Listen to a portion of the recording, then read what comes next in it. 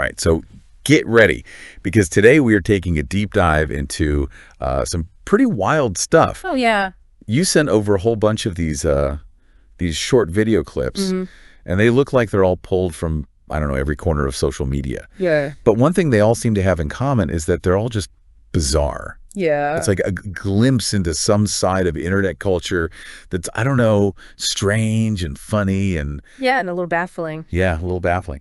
A lot of this seems to be coming from Chinese social media platforms, so this is really going to be interesting. I think it's interesting how much we tend to think of the internet as one global space. Right. When the reality is that people all over the world experience and express themselves in very different ways online. Yeah, it's like you think you know a city, and then you turn a corner, and suddenly you're in a whole new world. Exactly. Speaking of a whole new world, our first clip here drops us right into the New York City subway.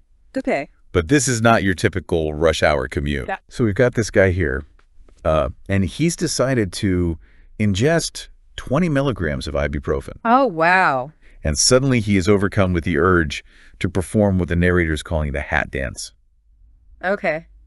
Interesting. You just hear the amusement in the narrator's voice. Right. That they're just so relieved to see something unexpected break up the monotony of their commute. You know, it's funny because I think that speaks to how desensitized we can become to our surroundings. Yeah. Especially in a place like New York City. Yeah. I mean, this narrator, maybe they're new to the city or something. Right. You know, someone who still finds delight in the little unusual things. Yeah. But everybody else on that subway car is probably just zoned out on their way to work. Yeah.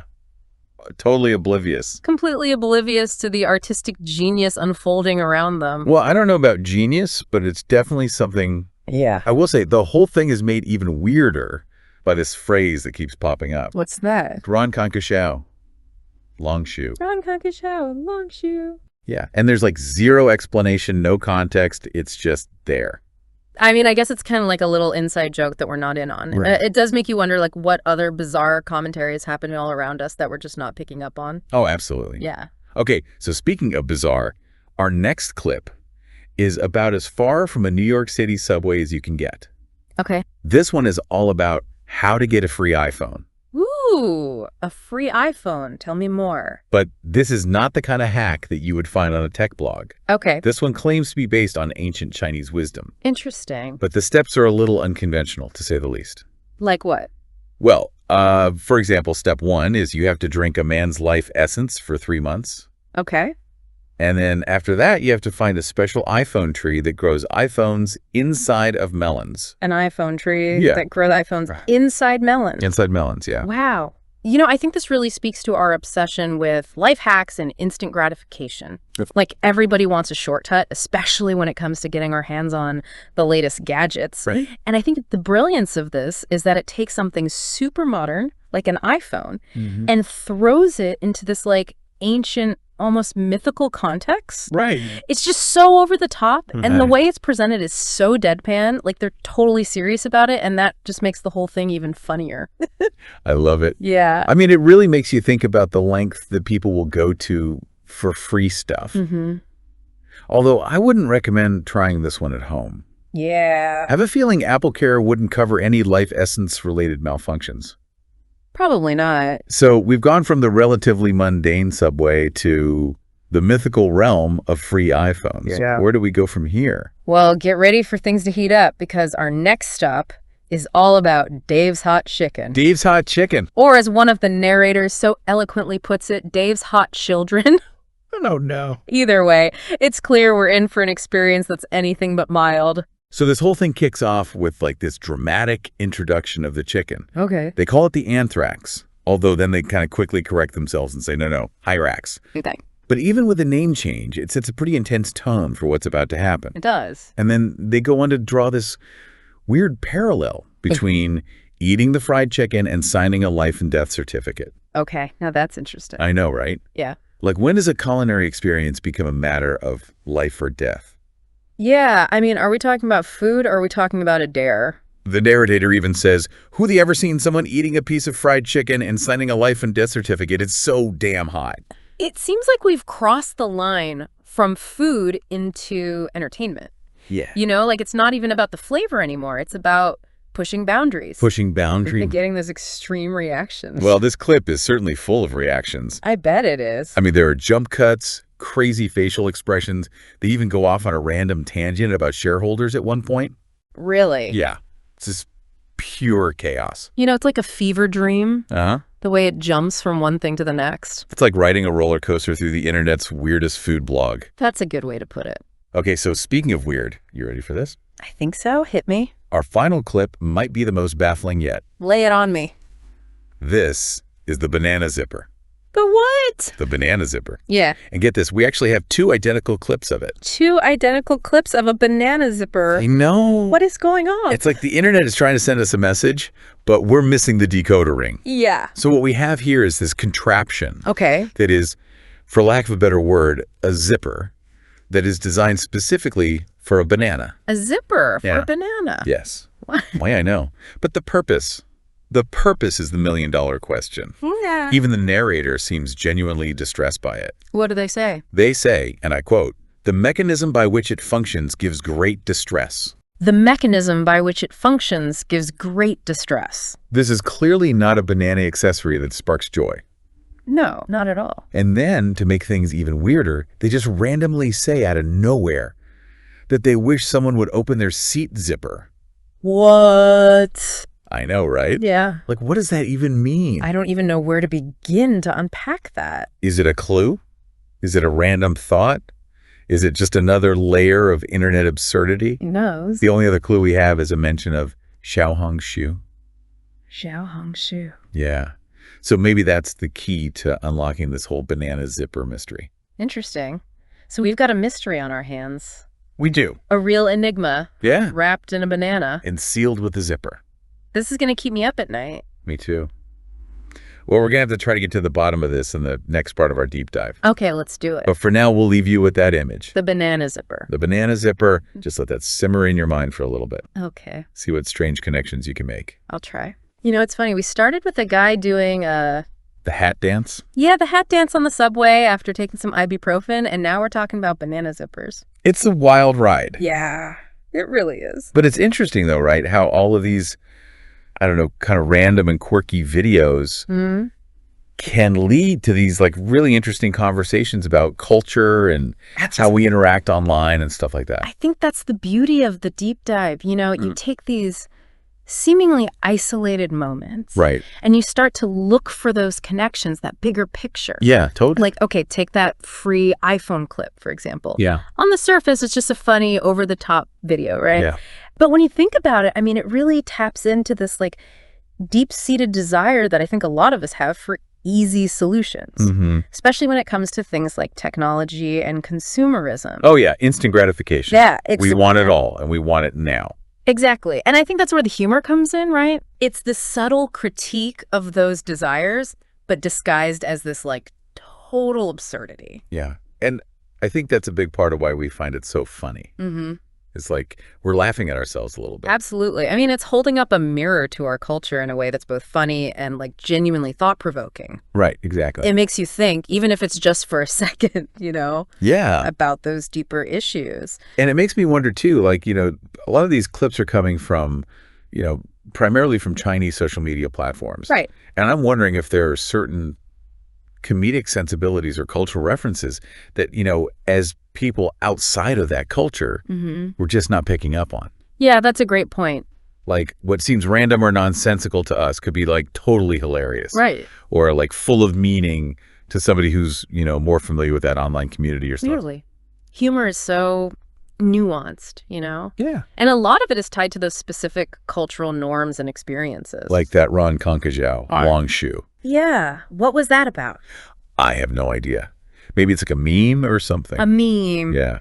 Or a reference to some celebrity that we've never heard of. Could be. Or maybe it's just pure gibberish designed to, like, to mess with us. Throw us off the scent. Exactly. Yeah. Like a puzzle with missing pieces. I like that. It's a good analogy. It is. It is. But, I mean, it just goes to show that the internet, you know, for as global as it is, right, it's still made up of all these, like, distinct communities, each with its own language. And own little inside jokes. Yeah, and inside jokes and, like, Culture. Yeah. And it makes you realize, like, how much is happening online that we're just totally oblivious to. Absolutely. Because it's happening in like a different language or a different cultural context. Right. Like there are all these parallel universes of internet culture happening all at the same time. And that's why I think these deep dives are so valuable, because they give us these glimpses into those other worlds. Yeah, they're like little windows. Little windows. Yeah. Even if they're fleeting, Yeah. you know? It just reminds us that there's always more out there. Always more to explore. Yeah. More to learn about. To learn about, more to laugh at. More to laugh at, yeah. Mm-hmm. Okay, so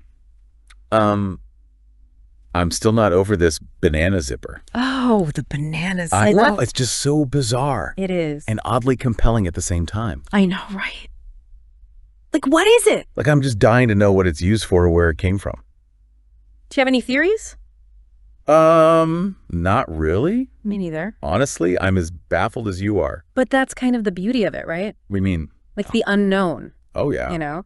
It just sparks that curiosity. Yeah. Makes us want to dig deeper, figure things out. Yeah, so.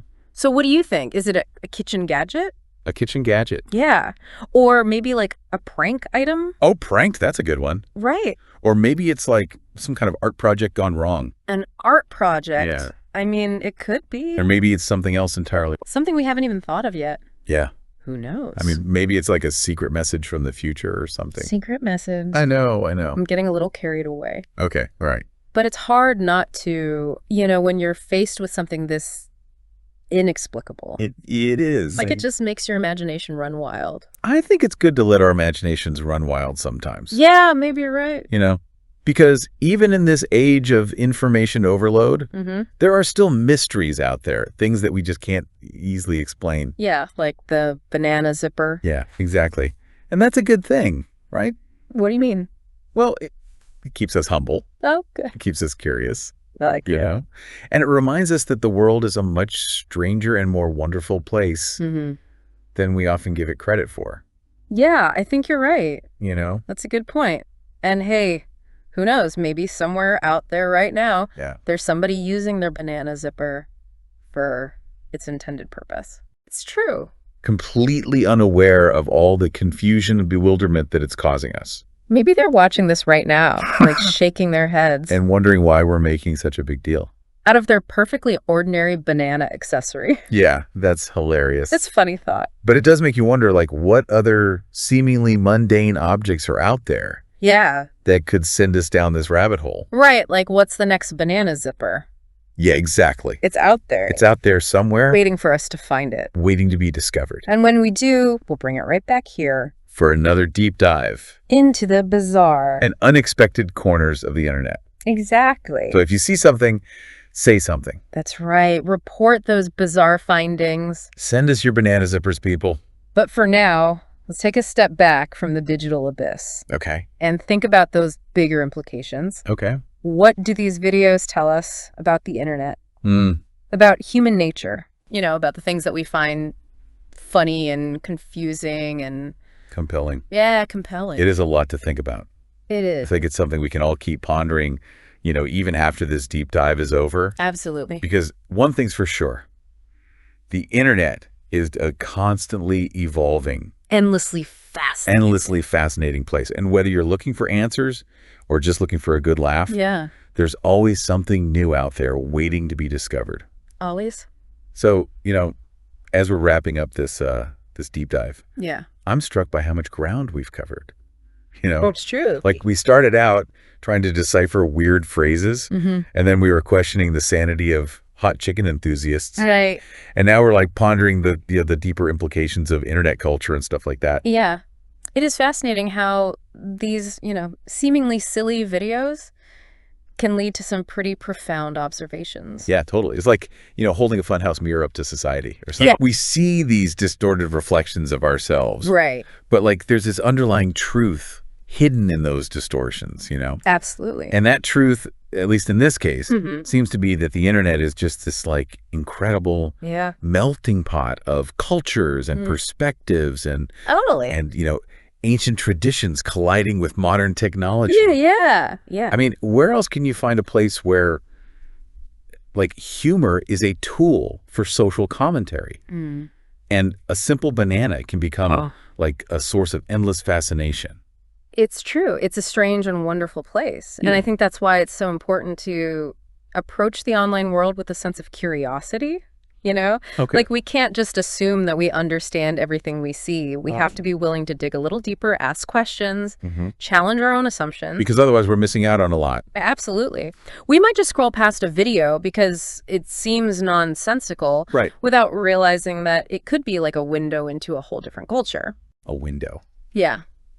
A culture or a community that's completely different from our own. Yeah.